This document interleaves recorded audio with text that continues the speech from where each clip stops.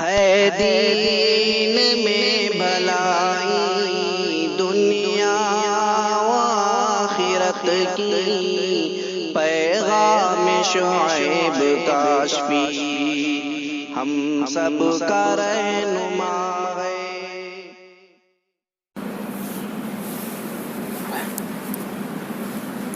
الحمد لله نحمده ونستعينه ونستغفره ونؤمن به ونتوكل عليه ونعوذ بالله من شرور أنفسنا ومن سيئات أعمالنا، من يهده الله فلا مضل له ومن يضلل فلا هادي له، ونشهد أن لا إله إلا الله وحده لا شريك له، ونشهد أن سيدنا وسندنا ونبينا ومولانا محمدا عبده ورسوله صلى الله تعالى عليه وعلى آله وأصحابه وأزواجه وذرياته وأهل بيته وبارك وسلم تسليما كثيرا كثيرا. أما بعد فأعوذ بالله من الشيطان الرجيم. بسم الله الرحمن الرحيم. وَلَقَدْ كَرَّمْنَا بَنِي آدَمَ وَحَمَلْنَاهُمْ فِي الْبَرِّ وَالْبَحْرِ. وقال النبي صلى الله عليه وسلم: خير الناس من ينفع الناس. آمنت بالله صدق الله مولانا العظيم وصدق رسوله النبي الكريم ونحن على ذلك من الشاهدين والشاكرين والحمد لله رب العالمين. اللهم صل على محمد وعلى آل محمد كما صليت على إبراهيم وعلى آل إبراهيم إنك حميد مجيد. اللهم بارك على محمد وعلى آل محمد كما باركت على إبراهيم وعلى آل إبراهيم إنك حميد مجيد. بزرگان محترم اور معزز حاضرین کرام، خطبہ مسنونہ میں آیت شریفہ کا جو ٹکڑا آپ حضرات کے سامنے تلاوت کیا گیا وہ 15ویں پارے کی سورہ بنی اسرائیل کی آیت ہے، جس میں اللہ رب العزت فرماتے ہیں: وَلَقَدْ كَرَّمْنَا بَنِي آدَمَ. یقیناً ہم نے آدم کی اولاد کو عزت و شرافت و فضیلت بخشی ہے. آیت کریمہ کی اس ٹکڑے میں اللہ رب العزت فرماتے ہیں کہ آدم کی اولاد یعنی انسانوں کو اللہ رب العزت نے شرافت اور فضیلت بخشی ہے.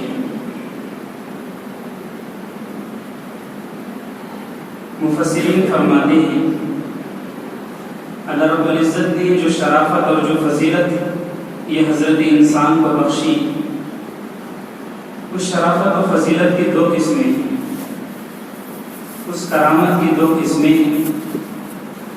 یہ کرامت ہے کرامت جسمانی، یعنی کرامت کے معنی عزت و شرافت. اللہ رب العزت نے جو عزت و شرافت بخشی، جو کرامت بخشی، اس کرامت کی ایک قسم ہے کرامت جسمانی، اور یہ تمام انسانوں کے ساتھ ہے. اس میں مومن اور کافر کا بھی کوئی فرق نہیں. جیسے مثال کے طور پر اللہ رب العزت نے انسان کے خمیر کو خود تیار کیا اور اپنے دست قدرت سے اللہ رب العزت نے حضرت انسان کو بنایا. یہ خود کتنی بڑی شرافت اور کرامت کی بات ہے. پھر اس کے بعد اللہ رب العزت نے انسان کو بہترین سانچے میں ڈھالا، بڑا خوبصورت انسان بنایا. اس لیے پوری کائنات میں سب سے زیادہ خوبصورت مخلوق اگر کوئی ہے تو وہ حضرت انسان ہے. اسی کے ساتھ اللہ رب العزت نے قد و قامت بھی انسان کا معتدل رکھا. بہت زیادہ لمبا بھی نہیں بنایا درختوں کی طرح، اور بہت زیادہ موٹا بھی نہیں بنایا ہاتھی کی طرح، اور بہت زیادہ چھوٹا چونٹی کی طرح بھی اللہ رب العزت نے نہیں بنایا. یہ خود اللہ رب العزت نے انسان کے قد و قامت کو ٹھیک ٹھاک اور معتدل کر کے اس کو ایک عزت بخشی. اسی کے ساتھ اللہ رب العزت نے انسان کو بولنے کے لیے زبان دی. تو زبان میں بعض اشاروں سے انسان اپنے دل کی بات کہہ لیتا ہے، اور بعض مرتبہ اپنی معافی ضمیر کو اور اپنے دل کی بات کو، من کی بات کو انسان اپنی زبان سے ادا کر لیتا ہے۔ یہ اللہ رب العزت نے انسان کو زبان دی بولنے کے لیے، انسان کی کرامت ہے، انسان کی عزت ہے۔ اسی طرح اللہ رب العزت نے عقل و فہم دیا، سمجھنے سمجھانے کی صلاحیت انسان کو عطا فرمائی، جس کی وجہ سے مشکل بات انسان سمجھ جاتا ہے اور دوسروں کو بھی سمجھا لیتا ہے۔ اسی کا نتیجہ ہے کہ انسان آسمان اور زمین اور ان کے درمیان رہنے والی چیزوں سے مکمل استفادہ کرتا ہے، پورا فائدہ اٹھاتا ہے۔ اسی عقل کی بنا پر ہواؤں سے بھی انسان فائدہ اٹھا لیتا ہے، پانی سے بھی فائدہ اٹھا لیتا ہے، آگ سے بھی انسان فائدہ اٹھا لیتا ہے۔ اور یہ جو مختلف مفردات ہیں، الگ الگ چیزیں ہیں، ان تمام چیزوں کو جمع کر اسے ایک بنا کر استعمال کرنا بھی انسان جانتا ہے۔ یہ انسان کے عقل و شعور کی بات ہے۔ اسی طرح اللہ رب العزت نے انسان کو پکڑنے اور کھانے کے لیے انگلیاں عطا فرمائی۔ علماء فرماتے ہیں انسان کے لیے ان انگلیوں کا بنا دینا یہ اللہ رب العزت کا اللہ رب العزت کی بہت بڑی عطا، اور انسان کو ایک شرف اللہ رب العزت نے دیا ہے، اس لیے کہ انسان کے علاوہ اس دنیا میں رہنے والی جتنی مخلوقات ہیں وہ تمام کے تمام اپنے کھانے کو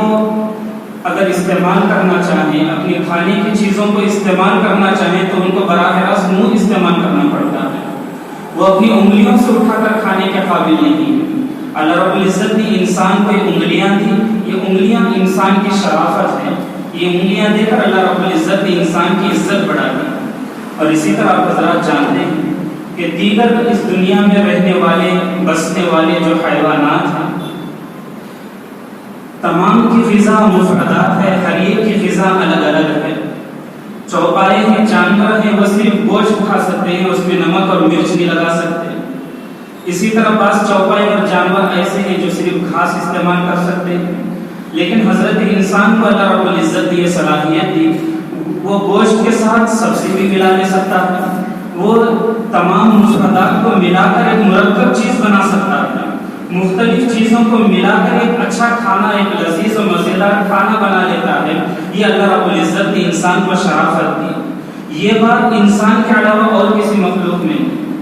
اسی طرح اللہ رب العزت نے مردوں کو داڑھی کے ذریعے، اسی طرح عورتوں کو کیسوں یعنی چوٹیوں کے ذریعے سے اللہ رب العزت نے زینت بخشی، یہ بات بھی انسان کے علاوہ دوسری مخلوق میں نہیں۔ اسی طرح کرامت جسمانی میں ایک بات یہ بھی ہے کہ اللہ رب العزت نے انسان کو عقل اور شعور اور عقل و تمیز کا مادہ اللہ رب العزت نے انسان کو دیا۔ یہ اتنی بڑی اور اتنی اہم چیز ہے، یہ عقل اور یہ اچھے برے میں تمیز، یہ اللہ رب العزت کی اتنی بڑی عطا ہے جو انسان کو اللہ رب العزت نے دے رکھی کہ انسان اس کے ذریعے سے اچھے اور برے کو پہچانتا ہے، انسان اس کے ذریعے سے حق و باطل کو پہچانتا ہے، انسان اس کے ذریعے سے پہچانتا ہے کہ کن کاموں سے میرا رب خوش ہوگا، کن کاموں سے میرا رب ناراض ہوگا، کیا کرنے سے اللہ رب العزت کی خوشنودی حاصل ہوگی اور کیا کرنے سے میرا اللہ مجھ سے ناراض ہو جائے گا۔ ان چیزوں کو جان کر کسی ایک راستے کو یعنی راہ ہدایت کو، صراط مستقیم کو پانا انسان کے لیے آسان ہو جاتا ہے۔ یہ اللہ رب العزت نے انسان کو کرامت دی، اسی لیے مفسرین فرماتے ہیں کہ اللہ رب العزت نے جو حیوانات، انسان کے علاوہ جو مخلوقات اللہ رب العزت نے بنائے، ان مخلوقات میں اللہ رب العزت نے شہوات کا غلبہ رکھا، اور انسان کے علاوہ ایک دوسری مخلوق ہے یعنی فرشتے، ان میں اللہ رب العزت نے شہوات کو ہٹا کر عقل و شعور کا غلبہ اللہ ان میں رکھا ہے۔ یہ میں تو عقل اور نفس پرستی کا غلبہ یعنی حیوانات میں، اور فرشتوں میں اللہ رب العزت نے عقل اور شعور کا غلبہ رکھا ہے۔ حیوانات میں اللہ رب العزت نے شہوت کا اور نفس پرستی کا غلبہ رکھا ہے۔ اسی وجہ سے وہ جب اپنی شہوت پوری کرنا چاہے جانور تو وہ کسی آسرے کا محتاج نہیں ہوتا، وہ اپنی شہوت کو پوری کرنے کے لیے لوگوں سے پردہ کرنا، اپنی برادری کے جانوروں سے پردہ کرنا ضروری نہیں سمجھتا،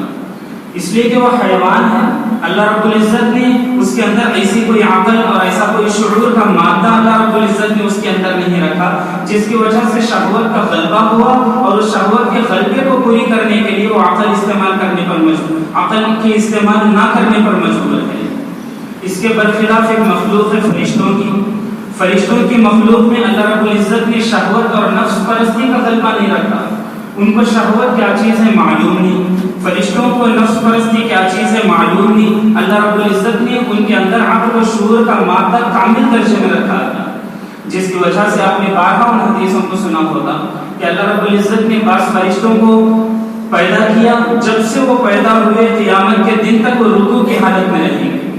بعض فرشتوں کو اللہ نے سجدے کے لیے پیدا کیا، جب سے وہ پیدا ہوئے قیامت کے دن تک وہ سجدے کی حالت میں رہیں گے. اور بعض فرشتے قیام میں ہیں تو قیام کی حالت میں رہیں گے، اس لیے کہ ان کو گناہ کیا چیز ہے اور گناہ کس چڑیا کا نام ہے اور وہ کیا چیز ہوتی ہے، وہ پیدا کیسا ہوتی ہے، ان کو اس کی بھنگ بھی نہیں لگی ہے. اس لیے کہ اللہ رب العزت نے ان کے اندر عقل و شعور کا مادہ کامل درجے میں رکھا ہے. لیکن یہ حضرت انسان ہے کہ اللہ رب العزت نے ان دونوں چیزوں کو حضرت انسان کے اندر جمع کر دیا. انسان میں شہوت و نفس پرستی کا مادہ بھی ہے اور انسان میں اللہ رب العزت نے عقل و شعور کا مادہ بھی رکھا ہے. اب جو انسان اپنی شہوت اور نفس پرستی پر اپنے عقل و شعور کو غلبہ دیتا ہے، اپنے عقل و شعور سے کام لیتا ہے، تو اللہ رب العزت اس کا مقام فرشتوں سے بھی بلند کر دیتے ہیں. یہاں ایک بات یہ بھی سمجھنے کی ہے کہ اللہ رب العزت جن بندوں کا، یعنی وہ بندے جو اپنے عقل و شعور کو اپنے نفس پر، اپنی شہوت پر غالب رکھتے ہیں، اللہ ان کا مقام فرشتوں سے بھی بلند کرتے ہیں. یعنی وہ فرشتے جو عام فرشتے کہلاتے ہیں. فرشتوں میں بھی دو قسم ہیں. یہ تو عام فرشتے ہیں جن کو اللہ رب العزت نے مختلف امور پر متعین کر رکھا ہے. فرشتوں میں بھی کچھ خواص فرشتے ہیں، جیسے حضرت جبرائیل، حضرت میکائیل، حضرت اسرافیل علیہ السلام. یہ فرشتوں میں بھی ایک بڑا مقام رکھتے ہیں. اب جو انسان گناہوں سے بچ کر زندگی گزارتا ہے، اللہ رب العزت کی فرما برداری میں زندگی گزارتا ہے، یعنی بالفاظ دیگر یوں کہہ دیا جائے جو اس امت کے اولیاء و اتقیاء یعنی اللہ سے ڈرنے والے نیک بندے ہوتے ہیں، ان کا مقام و مرتبہ عام فرشتوں سے بڑا ہوا ہے، ان خواص فرشتوں سے کم ہے. اس امت میں انسانوں میں بھی جو خاص طبقہ ہے، یعنی حضرات انبیاء علیہ السلام کا، وہ حضرات انبیاء علیہ السلام کا مقام و مرتبہ ان خاص فرشتوں سے بھی بڑا ہوا ہے. حضرات انبیاء کا مقام و مرتبہ حضرت جبرائیل سے بھی بڑا، حضرت میکائیل سے بھی بڑا، حضرت اسرافیل علیہ السلام سے بھی بڑا. تو بتانا یہ ہے کہ جب یہ انسان عقل و شعور کو استعمال میں لاتے ہوئے اپنی شہوت کو اور نفس پرستی کو دبا لیتا ہے، تو اللہ رب العزت اس کا مقام فرشتوں سے بھی اعلیٰ بنا دیتے ہیں. اور جو انسان اپنے عقل اور اپنی شعور اور اپنی تمیز کو دبا کر شہوت کا اور نفس پرستی کا غلبہ اور وہ چادر اپنے اوپر پڑ لیتا ہے، تو اللہ رب العزت فرماتے ہیں اولئک کالانعام بل هم اضل، وہ جانور بلکہ جانور سے بھی بدتر ہو جاتا ہے.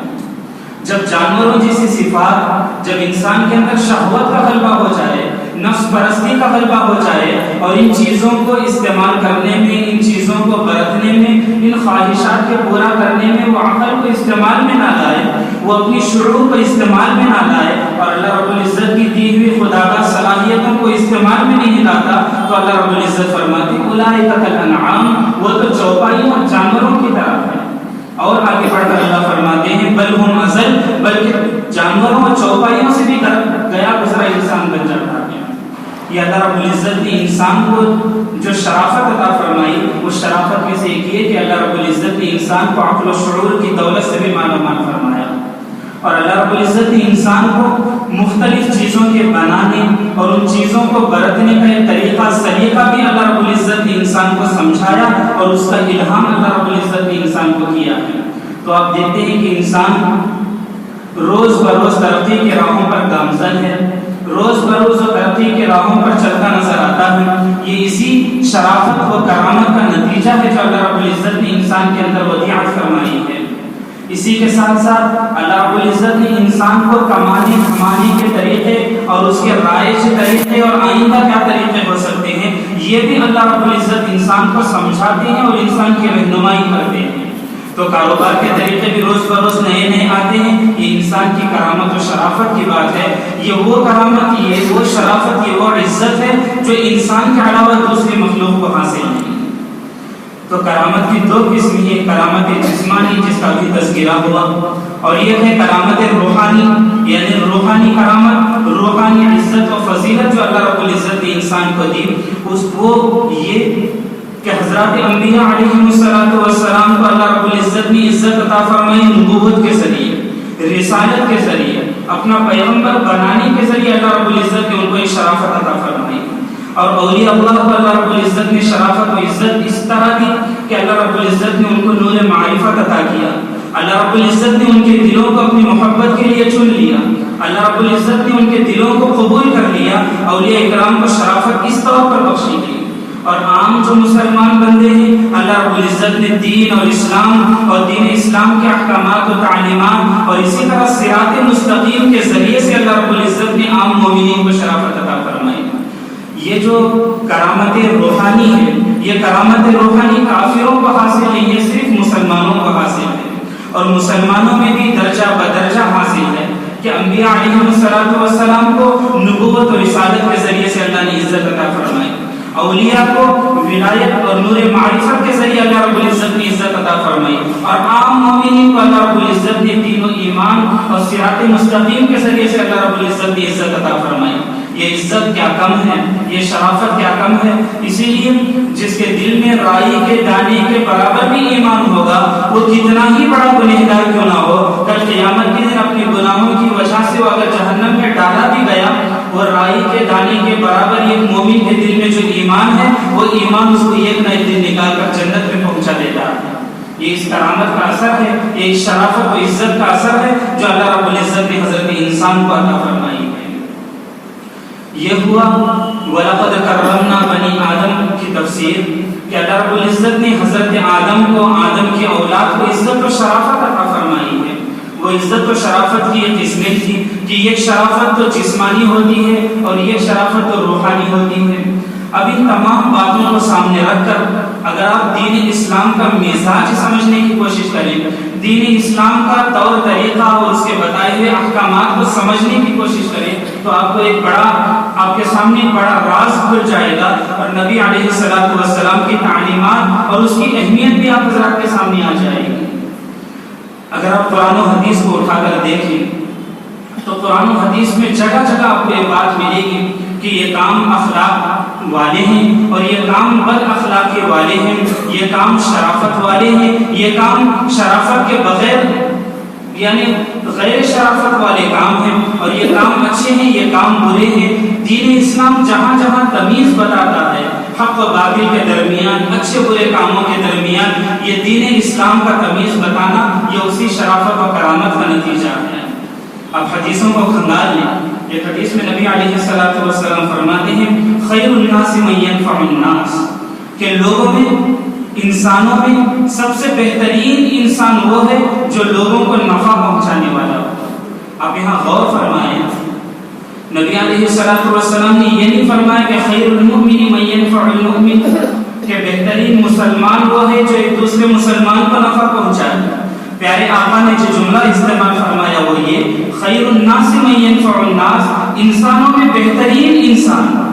اب یہاں رک کر یہ بات سمجھ لیں، جہاں بھی قرآن و حدیث میں الناس کا لفظ آتا ہے تو بالکل عموم کے لیے آتا ہے، یعنی پوری نوع انسانی اور پورے انسانوں، پورے انسان اس میں شمار ہوتے ہیں۔ حضرت آدم علیہ السلام کی پوری اولاد اس میں شمار ہوتی ہے، کسی مذہب سے تعلق رکھنے والے کیوں نہ ہوں، وہ ہندو دھرم سے تعلق رکھنے والے کیوں نہ ہوں، وہ عیسائی مذہب سے تعلق رکھنے والے کیوں نہ ہوں، وہ دنیا میں بسنے والے تمام مذہبوں سے تعلق رکھنے والے لوگ کیوں نہ ہوں، وہ تمام کے تمام الناس میں آ جاتے ہیں۔ نبی علیہ السلام فرماتے ہیں خیر الناس یعنی انسانوں میں سب سے بہترین انسان وہ ہے من ينفع الناس، جو انسانوں کو نفع پہنچانے والا ہو۔ حدیث کا ایک چھوٹا سا ٹکڑا ہے، اس چھوٹے سے ٹکڑے میں پیارے آقا نے ایک راز کھول دیا، پیارے آقا نے اس میں سمندر بھر دیا، اور نبی علیہ السلام ہم کو اس میں بتانا چاہتے ہیں دیکھو اگر لوگوں میں بہترین انسان اگر تم بننا چاہتے ہو، بہترین آدمی تم بننا چاہتے ہو تو اسی صورت میں تم بن سکتے ہو کہ تم لوگوں کو نفع پہنچانے والے ہو۔ اس لیے کہ انسان کی سب سے بڑی خصوصیت اور انسان کا سب سے بڑا کمال یہ ہے کہ وہ اللہ رب العزت کے حقوق کو ادا کرنے کے ساتھ ساتھ لوگوں کو نفع بھی پہنچائے، لوگوں کے نفع پہنچانے کے کام بھی کرے. اور لوگوں کو نفع پہنچانے کی شکلیں مختلف ہو سکتی ہیں. کبھی تو لوگوں کو نفع پہنچانا ان کو کھانا کھلانے کے ذریعے سے بھی ہو سکتا ہے، پانی پلانے کے ذریعے سے بھی ہو سکتا ہے، اور کسی کو راستہ بتا دینے کے ذریعے سے بھی ہو سکتا ہے، اور کسی کو کپڑا پہنا دینے کے طریقے سے بھی ہو سکتا ہے. یہ لوگوں کو نفع پہنچا دینے والا کام اور یہ عمل مختلف طریقے سے ہو سکتا ہے. ہاں جو بندہ اللہ رب العزت کے حقوق کو ادا کرنے کے ساتھ ساتھ لوگوں کو نفع پہنچانے کا کام بھی کرتا ہے تو نبی علیہ الصلوۃ والسلام فرماتے وہ لوگوں میں سب سے بہترین انسان ہے، وہ انسانوں میں سب سے بڑھیا اور سب سے بہترین انسان ہے. یہاں رک کر ہم تھوڑا اپنے اوپر بھی غور کریں کہ ہمارا شمار لوگوں کے نفع پہنچانے والے لوگوں میں زیادہ ہے، یعنی ہمارے اندر جو عادتیں ہیں ان عادتوں میں ہماری عادت لوگوں کو نفع پہنچانے کی عادت ہمارے اندر زیادہ ہے یا لوگوں کو نقصان پہنچانے کی عادت ہمارے اندر زیادہ ہے. اگر آپ معاشرے میں غور کریں گے اور ہم میں سے ہر ایک اپنے گریبانوں میں جھانک کر دیکھیں گے تو ہم یہ کہتے ہوئے شرما بھی نہیں سکتے اور یہ کہنا کوئی جھوٹ بھی نہیں ہوگا کہ ہمارے اندر جو عادت ہے سب سے زیادہ وہ عادت یہ ہے کہ ہمارے اندر لوگوں کو نقصان پہنچانے کا مادہ زیادہ ہے. ہمارے اندر لوگوں کو نقصان پہنچانے کی عادت زیادہ ہے. اسی کا یہ نتیجہ ہے کہ لوگوں میں گالی دینے کا رواج عام، لوگوں میں غیبت کرنے کا رواج عام، اور یہ دوسرے کی برائی کرنے کا رواج عام، اور اسی طرح دوسروں کے دل کو ٹھیس پہنچانا، دوسروں کے دل کو زخم پہنچانا اس کا رواج عام، اور دوسروں کے کاروبار کو دیکھ کر چلنا اس کا رواج ہمارے درمیان میں عام. اس طرح کی جو بری عادتیں ہیں، لوگوں کو نقصان پہنچانے والے جو اعمال ہیں، آج آپ مسلم معاشرے میں خصوصاً دیکھیں گے تو مسلم معاشرہ ان بیماریوں میں مبتلا ہے. اسی کا اثر ہے کہ غیر تو مسلمان غیر بھی آج ہم لوگوں سے کہتے ہیں، ہمارے درمیان میں غیروں کی یہ باتیں مشہور بھی ہیں کہ وہ کہتے ہیں کہ پہلے مسلمان تو اچھے تھے، قرض لیتے تھے تو لوٹاتے تھے، اب کے مسلمان ایسے ہیں کہ ان سے کاروبار کرتے ہوئے دھوکے کا بڑا مسئلہ ہو جاتا ہے، ان سے کاروبار کرتے ہوئے ڈر بڑا ہوتا ہے. اب تو مسلمان سے اس طرح کے معاملہ کرنا بھی نہیں چاہتا، قرض وغیرہ کے معاملات ہوں، کوئی لین دین کا معاملہ ہو، اب تو مسلمان ایک اپنے سامنے والے مسلمان بھائی سے ڈرنے پر مجبور ہے. یہ ہماری عادتیں ہیں، یہ ہمارے اخلاق ہیں. اسی کی طرف نبی علیہ الصلوۃ والسلام نے توجہ دلائی کہ دیکھو لوگوں میں سب سے بہترین انسان وہ ہے، لوگوں میں سب سے بہترین اور کامل انسان وہ ہے جو لوگوں کو نفع پہنچانے والا ہو. جو جتنا زیادہ نفع پہنچانے والا وہ اتنا ہی کامل اور مکمل، وہ اتنا ہی نفع بخش انسان ہے، وہ اتنا ہی اچھا اور بڑھیا انسان ہے. تو ہم کو بھی عادت اپنے اندر پیدا کرنے کی ضرورت ہے. ہم بھی اس بات کی کوشش کریں اور روزانہ ہم جہاں اپنے دیگر کاموں کے لیے سوچتے ہیں یہ بات بھی سوچیں کہ آج میں نے جو دن گزارا، آج مجھے جو دن گزارنا ہے، اس دن کے گزارنے میں اور جو گزر گیا اس گزرے ہوئے دن میں نے لوگوں کو کتنا نفع پہنچایا اور میں نے نقصان لوگوں کو کتنا پہنچایا.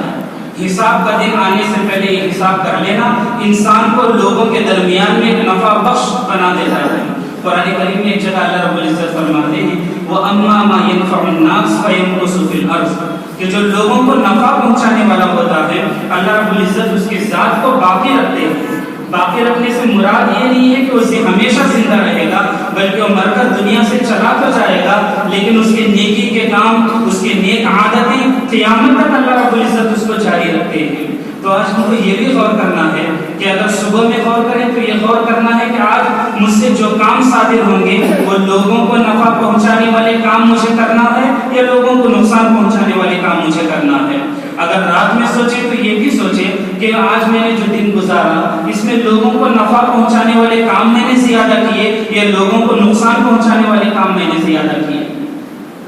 اس لیے کہ شریعت مطہرہ کا ایک مزاج ہے، دین اسلام کا ایک مزاج ہے اور اس کا ایک الگ معاشرہ ہے. جس معاشرے کو دیکھ کر، جس مزاج کے لوگوں کو دیکھ کر اسلام کو پہچانا جاتا ہے. ہمارے حضرت ایک بہت اچھی بات فرماتے ہیں. حضرت فرماتے ہیں کہ اگر مسلمانوں کا کہیں پروگرام ہو، کوئی جلسہ ہو، اس میں کروڑوں کی تعداد میں مسلمان جمع ہوں اور اس میں ہر طرح کے مسلمان جمع ہوں، اس میں بڑے سے بڑے علماء ہوں، بڑے سے بڑے اتقیاء ہوں اور بڑے سے بڑے اللہ سے تعلق رکھنے والے لوگ ہوں، اور اسی طرح معاشرے میں کام کرنے والے بڑے بڑے ڈاکٹرز اور انجینئر اس میں جمع ہوں. اور لیکچررز اس میں جمع ہوں اور مسلمانوں کا کروڑوں کا مجمع ہو، حضرت فرماتے ہیں اگر ہمارے زمانے میں اس بڑے مجمع میں کوئی کافر داخل ہو جائے اور وہ کافر اسٹیج پر آ کر یہ کہنے لگے کہ ہم نے تمہارے نبی جی کی سیرت بہت پڑھی ہے، ہم نے تمہارے نبی جی کے صحابہ کی سیرت ہم نے پڑھی ہے، اس پورے مجمع میں سے کسی ایک آدمی کو ایسا بتا دو جس کو دیکھ کر ہم یہ سمجھیں کہ تمہارے نبی ایسے تھے، جس کو دیکھ کر ہم یہ سمجھیں کہ تمہارے نبی کے صحابہ ایسے تھے، تو ہمارے حضرت فرماتے ہیں مسلمانوں کے کروڑوں کے مجمع سے کسی ایک کو ایسا اٹھانا کہ جس کو دیکھ کر پیارے آقا کی سیرت سمجھی جا سکے، جس کو دیکھ کر کسی صحابی کو سمجھا جا سکے، کروڑوں کا مجمع اس سے خالی رہے گا، پورے مجمع سے کسی ایک کو بھی ایسا اٹھایا نہیں جا سکتا، یہ آج ہماری کمزوری ہے۔ نبی علیہ الصلوۃ والسلام فرماتے ہیں لیس المؤمن باللعان، لیس المؤمن باللعان، کہ مسلمان کی عادتیں یہ ہوتی ہیں کہ مسلمان طعنہ نہیں دیا کرتا، مسلمان کی عادتوں میں سے یہ ہے کہ مسلمان کسی پر لعنت نہیں کیا کرتا، مسلمان کی عادتوں میں سے ایک عادت یہ بھی ہے کہ مسلمان گالاں گلوچ نہیں کرتا، اور نبی علیہ الصلوۃ والسلام فرماتے ہیں مسلمانوں کی عادتوں میں سے ایک عادت یہ بھی ہے کہ مسلمان ہر ایک کا نفع چاہتا ہے، ہر ایک کو بھلا، ہر ایک کے ساتھ حسن سلوک چاہتا ہے۔ یہ چار عادتیں ہیں، یہ ایک حدیث مبارکہ ہے جس میں نبی علیہ الصلوۃ والسلام نے چار باتیں بیان فرمائی ہیں کہ مسلمان کے اندر اس طرح کے کام نہیں ہونے چاہیے۔ ان میں سب سے پہلی چیز ہے طعنہ دینا۔ نبی علیہ الصلوۃ والسلام فرماتے ہیں لیس المؤمن بالطعان، کہ مسلمان طعنہ دینے والا نہیں ہوتا۔ آج آپ ہمارے معاشرے میں دیکھیں کہ طعنہ دینے کا رواج بڑا عام ہے، کہ لوگ طعنہ اس کو کہتے ہیں کہ کسی کے تعلق سے ایسا جملہ کس دینا اور ایسا جملہ کہہ دینا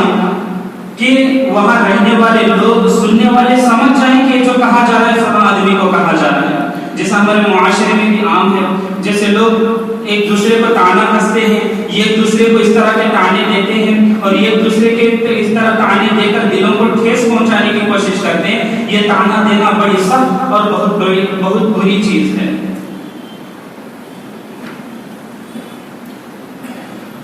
اور نبی علیہ الصلوۃ والسلام فرماتے ہیں اور یہ جو طعنے دینے کا رواج اور یہ طعنے دینے کی جو عادت ہے یہ جاہلیت والی عادت ہے، یہ مسلمانوں والی عادت نہیں، یہ اسلام کے خلاف عادت ہے۔ اگر یہ عادت کسی کے اندر ہے کہ وہ اس طرح چھپکے اشاروں سے یا کسی کو طعنے کس کر تکلیف پہنچاتا ہے، تو نبی علیہ الصلوۃ والسلام فرماتے ہیں یہ عادت اسلامی عادت نہیں، یہ عادت جاہلیت والی عادت ہے، جاہلوں کی عادت ہے، یہ کفار کی عادت ہے۔ اگر کسی کے اندر یہ عادت ہو تو اس عادت کو نکالنے کی ضرورت ہے۔ ایک حدیث میں آتا ہے، نبی علیہ الصلوۃ والسلام کی حدیث ہے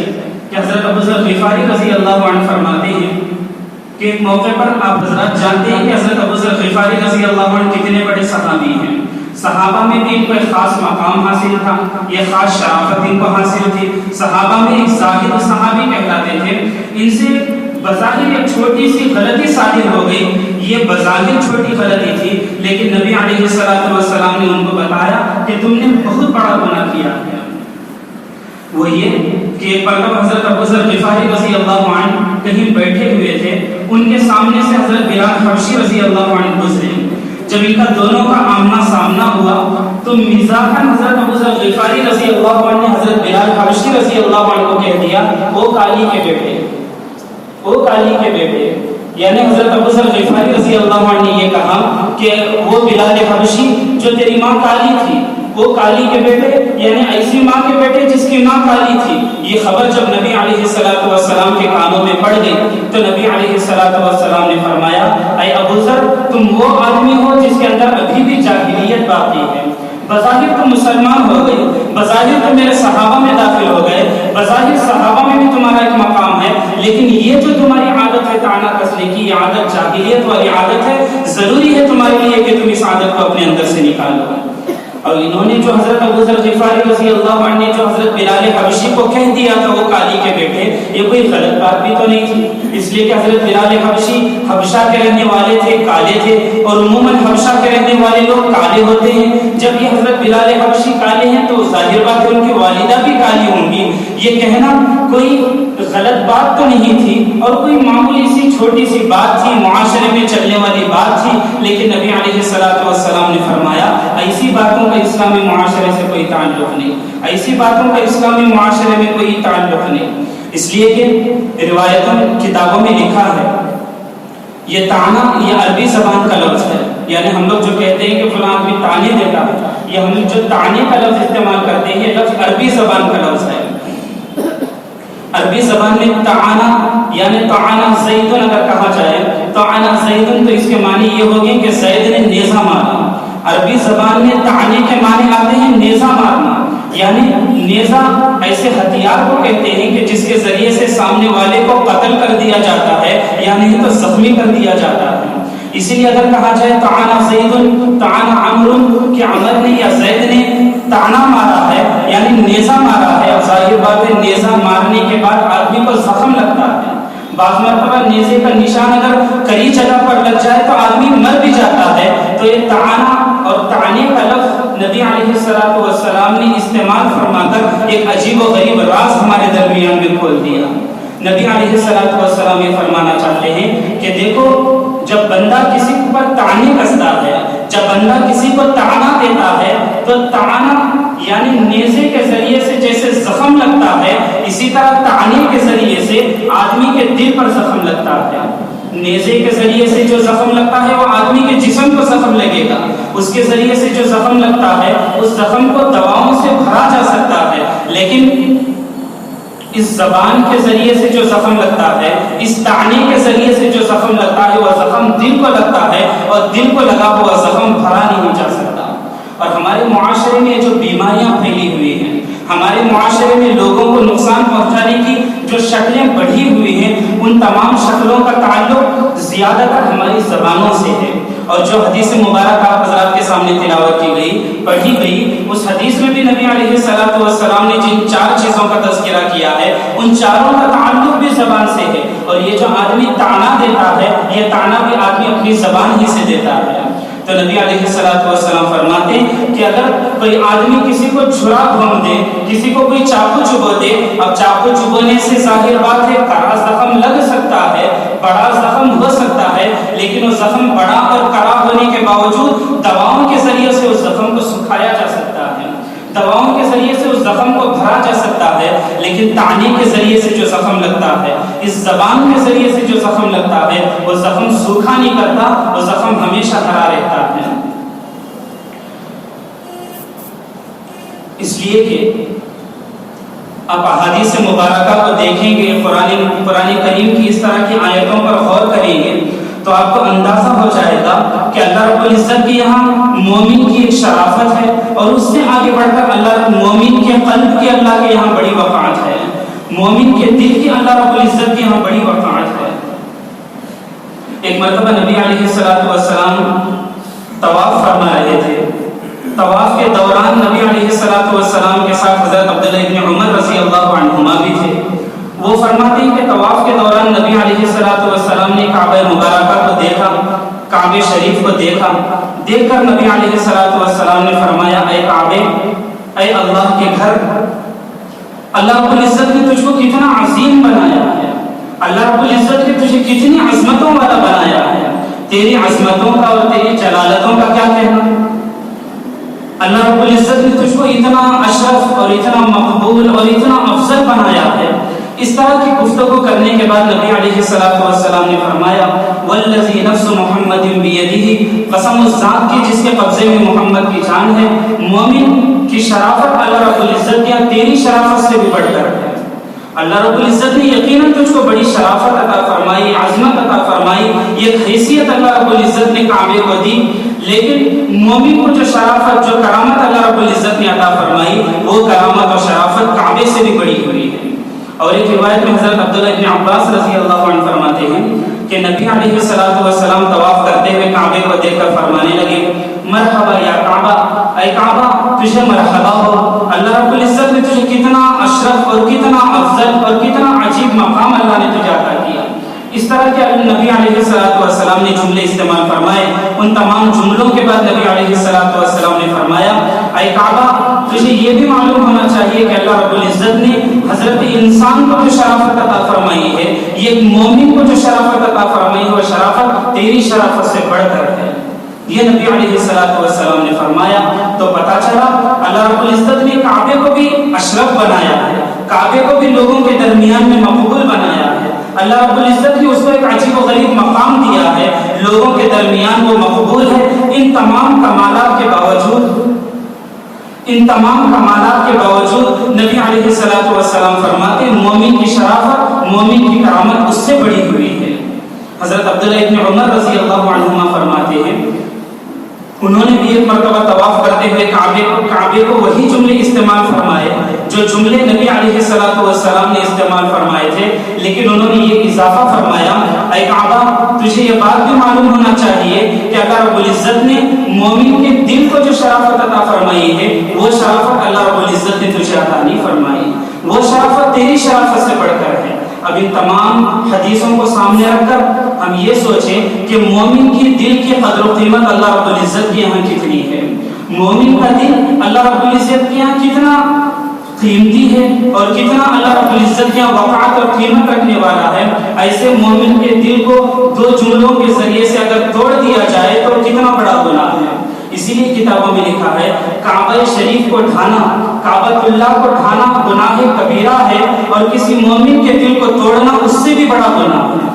کسی مومن کے دل کو تکلیف پہنچانا, کسی مومن کے دل کو توڑنا وہ کعبے کو توڑنے کے گناہ سے بھی بڑا گناہ ہے. یہاں سے پتا چلا کہ مومن کے دل کی اللہ رب العزت کی حیثیت ہے, مومن کے دل کا اللہ رب العزت کے ایک مقام ہے, اس کی قدر و قیمت اور اس کی منزلت ہم سب کا ایک فریضہ ہے کہ ہم بھی اپنے سامنے والے کی, اپنے گھر والوں کی, اپنے دوست و احباب کی, ان کے دلوں کا بھی ہم احترام کریں, ان کے دلوں کا بھی ہم احترام کریں. اس لیے کہ بزرگان دین فرماتے ہیں اللہ رب العزت کی ذات غیر محدود ہے. اللہ رب العزت کسی مقام میں سماتے نہیں, یعنی یہ نہیں کہا جا سکتا کہ فلاں جگہ پر اللہ رب العزت ہیں, فلاں مکان میں اللہ رب العزت ہیں, یہ نہیں کہا جا سکتا, اس لیے کہ اللہ رب العزت کی ذات غیر محدود ہے. لیکن اللہ رب العزت اگر کہیں سماتے ہیں تو وہ مومن کے دل میں سماتے ہیں. مومن کا دل اللہ رب العزت کا گھر ہے. ایسے مومن کے دل کو ٹھیس پہنچانا گویا مومن کا دل ایک مسجد کا مقام رکھتا ہے. مومن کے دل کی عظمت ایک مسجد کی عظمت جیسے ہے. اب مسجد کو کوئی آدمی گندا نہیں کرنا چاہتا, کوئی آدمی کوئی کچرا اور کوئی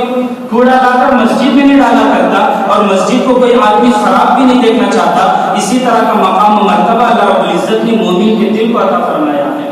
مومن کے دل کا بھی اتنا ہی احترام کیا جائے کہ ان باتوں کے ذریعے مومن کے دل کو تکلیف نہ پہنچائی جائے.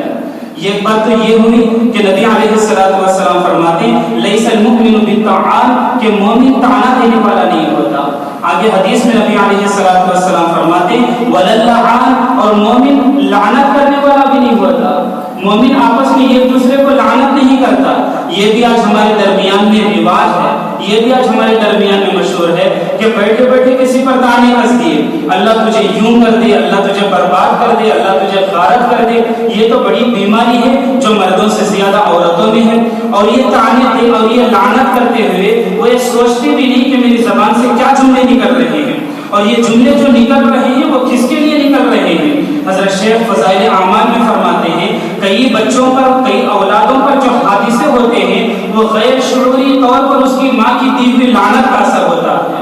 اس کی ماں تو غیر شعوری طور پر لعنت دے دیتی, اللہ تجھے ایسا کرے, تیرا ناس ہو جائے, تو برباد ہو جائے, تو غارت ہو جائے. اب یہ لعنت جو عورت دیتی ہے, یہ لعنت دینے والا جو لعنت دیتا ہے, ان لعنتوں کی وجہ سے کئی مرتبہ خود ان کی اپنی اولاد برباد ہو جاتی ہے, اور ان کو احساس بھی نہیں ہوتا کہ زبان سے کیا جملے نکل رہے ہیں. یہ احساس نہیں ہوتا ہے جو جملے نکل رہے ہیں وہ کس کے لیے نکل رہے ہیں. ایک حدیث میں نبی علیہ السلام فرماتے ہیں یہ جو لعنت ہے, جب کوئی بندہ کسی کو لعنت دیتا ہے تو یہ لعنت سیدھا آسمانوں پر اللہ رب العزت کے پاس جاتی ہے. وہاں جانے کے بعد اللہ رب العزت اس لعنت کو یہ فرماتے ہیں ہاں تو جہاں سے آئی ہے وہیں چلی جا. یہ حدیث مبارکہ ہے غالباً مسلم شریف کی. اللہ رب العزت فرماتے ہیں اس لعنت کو خطاب کرتے ہوئے تو جہاں سے آئی ہے وہیں چلی جا, اور جس کے لیے تو دی گئی ہے اس پر جا کر پڑ جا. اگر وہ اس کا مستحق ہے تو فبیہا, ٹھیک ہے. اگر وہ اس کا مستحق نہیں ہے, یعنی زید کو اگر لعنت دی گئی, یعنی تو عمر کو لعنت دی گئی, یعنی تو عبداللہ کو لعنت دی گئی, اگر وہ اس کا مستحق ہے تو اس پر پڑ جا. اگر جس کو لعنت دی گئی ہے وہ لعنت کا مستحق نہیں ہے تو جو لعنت دینے والا ہے تو جا کر اسی پر پڑ جا.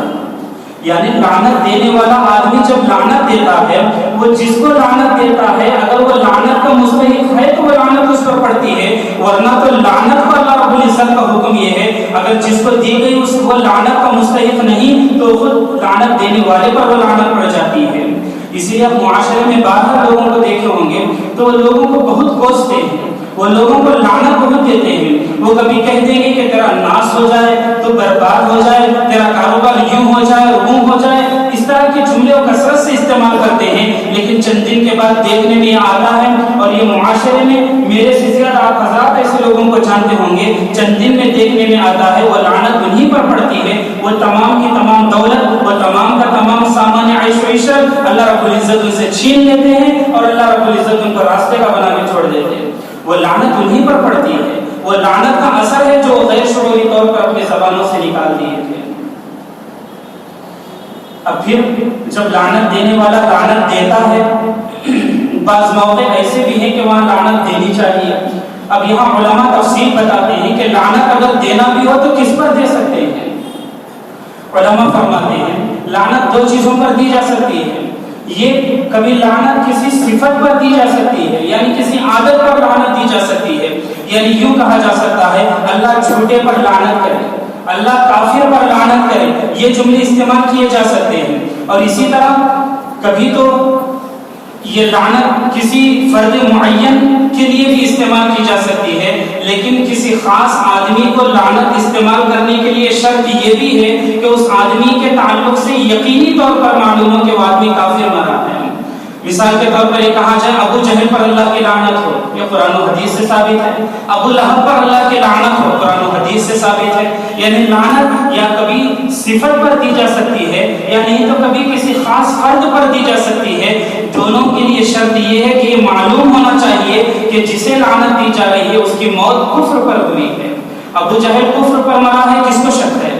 ابو لہب کافر مرا ہے، کس کو شک ہے؟ ایسوں پر لعنت دی جا سکتی ہے۔ ہاں ہمارے زمانے میں رہنے والے کافروں کو لعنت نہیں دی جا سکتی، اس لیے کہ پتہ نہیں وہ آج ہمارے سامنے کافر ہے، کل کے دن ہو سکتا ہے اللہ رب العزت ہدایت دے دے، ایمان قبول کر لے۔ آج ہمارے سامنے کافر ہے، کہیں چھپ کر اسلام قبول کر لے اور ہم سے بھی بڑا مقام اللہ رب العزت کے پاس حاصل کر لے۔ اب جو موجود کفار ہیں ان کفار کو بھی لعنت نہیں دی جا سکتی۔ کفار تو کفار، گنہگار مسلمانوں کو بھی لعنت نہیں دی جا سکتی۔ گنہگار مسلمانوں کو لعنت اگر دیں، پتہ نہیں کل کا دن یا آج کی رات، جس دن ان کو لعنت دی گئی اس دن رات، یا نہیں تو کل کے دن اللہ رب العزت سے توبہ کر لیں اور بڑا مقام حاصل کر لیں۔ جیسے حضرت موسیٰ علیہ السلام کے بارے میں آتا ہے، ان کے زمانے میں ایک آدمی تھا جو بڑا گنہگار تھا۔ کتابوں میں لکھا ہے کہ گناہوں میں کوئی گناہ ایسا نہیں تھا جو آدمی نہ کرتا ہو، ہر طرح کے گناہ کر گزرنے والا، ہر طرح کے گناہ نڈر ہو کر کرنے والا آدمی تھا۔ لوگ اسے موقع دیتے، اسے بلاتے، سمجھاتے، چند دن سمجھ جاتا، پھر وہی اس کی اپنی پرانی عادت، پھر لوگ اسے بلاتے، سمجھاتے، سمجھ جاتا، پھر وہی اس کی پرانی عادت۔ اور گناہ بھی ایسے کہ کوئی بڑے سے بڑا گناہ، چھوٹے سے چھوٹا گناہ ایسا نہیں تھا جس کے بارے میں کہا جا سکتا ہو کہ آدمی وہ کام نہیں کرتا۔ ہر طرح کے گناہوں کا عادی آدمی تھا۔ ظاہر بات ہے جب آدمی ایسا ہو تو معاشرہ ایسے آدمی سے تنگ آ جاتا ہے۔ کتابوں میں لکھا ہے لوگ اس آدمی سے تنگ آ گئے، تنگ آ کر انہوں نے آپس میں مشورہ کیا کہ دیکھو یہ ہمارے معاشرے میں رہتا ہے، ہمارے درمیان میں رہتا ہے، اور کوئی گناہ ایسا نہیں جو یہ بندہ نہ کرتا ہو۔ اگر اسی طرح وہ کرتا رہے گا، اسی کی زندگی گزارے گا تو اس کی وجہ سے یہ برے اثرات ہمارے معاشرے میں بھی پھیلیں گے، یہ وبا ہمارے معاشرے میں بھی پھیلے گی۔ کیا ہی اچھا ہو کہ اس کو لے جا کر کسی جنگل میں ڈال دیا جائے۔ اب مشورہ دینے والوں نے مشورہ دیا کہ تم لے جا کر اسے جنگل میں ڈال دو گے، پھر وہاں سے بھاگ کر یہاں ہمارے معاشرے میں آئے گا، یہاں اس کے بھائی بہن رہتے ہیں، ماں باپ رہتے ہیں، اس کا گھر ہے، اس کے کاروبار کی چیزیں یہاں رکھی ہوئی ہیں، وہ پھر یہاں بھاگ کر آ جائے گا۔ تو لوگوں نے مشورہ کیا دیکھو ہم اس سے بڑے تنگ آ گئے ہیں، کیوں نہ ایسا ہو کہ اس کے ہاتھ پیر باندھ دیں اور ہاتھ پیر باندھ کر لے جا کر اسے جنگل میں کسی جگہ ڈال کر آ جائیں گے، بس وہ چند دن ایسے ہی رہے پڑے جھیلے گا اور اس کے بعد تو مر ہی جائے گا۔ ویسے تو اس کے والدین خود اس سے تنگ آ گئے ہیں، اس کے اڑوس پڑوس والے، اس کے رشتے دار خود تنگ آ جائیں گے، وہ لوگ بھی کہنے لگے بہت اچھا ہوگا اگر اس کے ساتھ ایسا کر لیا جائے۔ اس مشورے کے بعد اس کے ہاتھ پیر باندھے گئے، اس کو لے جا کے ایک جنگل میں ڈال دیا گیا۔ اب جنگل میں ڈال دینے کے بعد ہاتھ پیر تو بندھے ہوئے ہیں، بھوک لگتی ہے، کھانے سے تو مجبور ہے، ہاتھ بندھے ہوئے، پیاس لگتی، پانی پینے سے مجبور ہے، ہاتھ بندھے ہوئے ہیں۔ ایسے ہی چند گھنٹے گزرے اور چند ایام گزرے۔ جب گزرتے گزرتے اس پر اتنی نقاہت اور اتنی کمزوری آئی، اس کو یقین ہو گیا کہ اب میری جان نکلنے والی ہے۔ خیر ایک واقعہ ہوا، پھر اس کی جان نکل گئی۔ حضرت موسیٰ علیہ السلام کو وحی آئی کہ اے موسیٰ، فلاں جنگل میں ہمارا ایک مقرب بندہ رہتا ہے اور اس کا انتقال ہو گیا ہے، موسیٰ جاؤ ہمارے اس محبوب و مقرب بندے کی تجہیز و تکفین کا انتظام کرو، اس کے جنازے اور نماز اور دفنانے کا انتظام کرو، اور اپنے گاؤں میں اعلان کر دو کہ جو اس کی نماز جنازہ میں داخل ہوگا اللہ رب العزت اس کی مغفرت کر دیں گے۔ اب لوگوں کو بڑا تعجب۔ اب حضرت موسیٰ علیہ السلام اللہ رب العزت کی وحی کے مطابق اس جنگل میں پہنچتے، وہاں جا کر دیکھتے ہیں تو وہی آدمی ہے۔ خیر اللہ کا حکم تھا، وہاں سے لاتے ہیں، اس کو نہلاتے ہیں، جنازہ بنا اس کو کفن پہناتے ہیں۔ پھر اس کے بعد محلے میں اعلان، گاؤں میں اعلان ہوتا ہے کہ اللہ رب العزت کی طرف سے آفر ہے کہ جو بھی اس کی نماز جنازہ پڑھے گا اللہ اس کی مغفرت کر دیں گے۔ اب گاؤں والے یہ سوچنے لگے، وہ بھائی یہ کون اللہ کا اتنا بڑا ولی ہے، یہ کون اللہ کا اتنا بڑا مقرب بندہ ہے، اس کا چہرہ تو دیکھنا چاہیے۔ اب جب گاؤں والے آ کر چہرہ دیکھتے ہیں تو دیکھتے ہیں کہ یہ تو وہی آدمی ہے جس کو یہ گاؤں والے لے جا کے باندھ کر جنگل میں ڈال آئے تھے۔ انہوں نے حضرت موسیٰ علیہ السلام سے استفسار کیا، سوال کیا کہ اے نبی اللہ، ہم کو یہ راز نہیں معلوم کہ اللہ نے اس کو اپنا مقرب و محبوب کیسے بنا لیا۔ تو حضرت موسیٰ علیہ السلام نے اللہ رب العزت سے التجا کی، اے اللہ یہ راز سمجھایا جائے، گاؤں والے تو چکر اس کو پھینک آئے تھے، اب آپ کہتے ہیں کہ آپ کا محبوب و مقرب بندہ ہے۔ تو اللہ رب العزت نے حضرت موسیٰ علیہ السلام کو وحی بھیجی، اے موسیٰ یہ بندہ یقیناً گنہگار تھا اور کوئی نافرمانی میری ایسی نہیں تھی جو بندہ نہ کرتا تھا، لیکن اے موسیٰ اس کی روح نکلنے کا جب اس کو یقین ہو گیا، روح نکلنے سے پہلے اس نے اپنے چاروں طرف اپنی آنکھوں کی کنکیوں سے چاروں طرف دیکھا، کوئی فرد بشر نظر نہیں آیا۔ تو اس بندے نے آسمان کی طرف چہرہ کر کے مجھ کو خطاب کر کے کہا کہ اے اللہ یقیناً میں گنہگار ہوں، بہت بڑا گنہگار ہوں، لیکن میں جتنے بھی گناہ کر لوں آپ کی رحمت سے چھوٹے ہیں، آپ کی رحمت میرے گناہوں سے بھی بڑے ہیں، اگر مجھے معاف کرنے سے آپ کا کوئی نقصان ہوتا ہے تو مجھے معاف نہ کیجیے، اگر مجھے معاف کرنے سے آپ کو کوئی نقصان نہیں ہوتا ہے اللہ مجھے معاف کر دیجیے۔ اے موسیٰ یہ اس کی آہوازاری مجھے اتنی پسند آئی، میں نے اس کو اولیاء و اتقیاء کے صفوف میں داخل کر دیا ہے۔ اس لیے اعلان کر دیا گیا کہ جو اس کی نماز جنازہ میں داخل ہوگا اللہ رب العزت اس کی مغفرت فرما دیں گے۔ آپ اندازہ لگائیں کہ ہم کسی گنہگار کو لعنت دیں، کسی گنہگار کو طعنہ دیں، یہ سوچ کر کہ یہ برا آدمی ہے، معلوم نہیں ہو کل کے دن یا رات میں اللہ رب العزت سے آہوازاری کر لے اور بڑا مقام پا لے۔ اسی کو نبی علیہ السلام فرماتے ہیں کہ مومن لعنت کرنے والا نہیں ہوتا۔ آگے نبی علیہ السلام فرماتے ہیں مومن گالی بکنے والا بھی نہیں ہوتا، کہ بعض لوگوں کی عادت ہوتی ہے کہ ہر چھوٹے بڑے پر گالی بکنا، ان کی عادت ہوتی ہے زبان کھلی تو گالی نکلی، وہ کچھ بولنا چاہتے ہیں تو گالی بکتے ہیں۔ نبی علیہ السلام فرماتے ہیں مومن کی شان نہیں، یہ مسلمانوں کی عادت نہیں کہ وہ بار بار پر گالی دیں۔ چوتھی چیز نبی علیہ السلام فرماتے ہیں مومن بے حیا نہیں ہوتا۔ عربی میں اس کے لیے لفظ ہے بزی کی یہ معنی ہے بے حیا، مومن بے حیا نہیں ہوتا۔ اس کے عربی میں دوسرے معنی بھی آتے ہیں، وہ یہ کہ مومن تھرڈ کلاس زبان استعمال کرنے والا نہیں ہوتا۔ ہر زبان کے دو روح ہوتے ہیں، یہ بولنے کا اچھا انداز بھی ہوتا ہے، بولنے کا برا انداز بھی ہوتا ہے۔ نبی علیہ السلام فرماتے ہیں مومن جو زبان استعمال کرتا ہے تو اچھی زبان استعمال کرتا ہے، میٹھی زبان استعمال کرتا ہے، مومن تھرڈ کلاس زبان اور بالکل بری زبان مومن استعمال نہیں کرتا۔ یہ چند عادتیں تھیں جس کو نبی علیہ السلام نے فرمایا۔ ان چیزوں کا تعلق یعنی لعنت کا تعلق، طعنے دینے کا تعلق، گالی کا تعلق، یہ بری زبان استعمال کرنے کا تعلق یہ اسلام سے نہیں ہے، یہ مسلمانوں کی شان نہیں ہے۔ تو اس حدیث کو سامنے رکھ کر ہم کو بھی اپنے اندر ان عادتوں کو پیدا کرنے کی ضرورت ہے۔ اگر یہ بری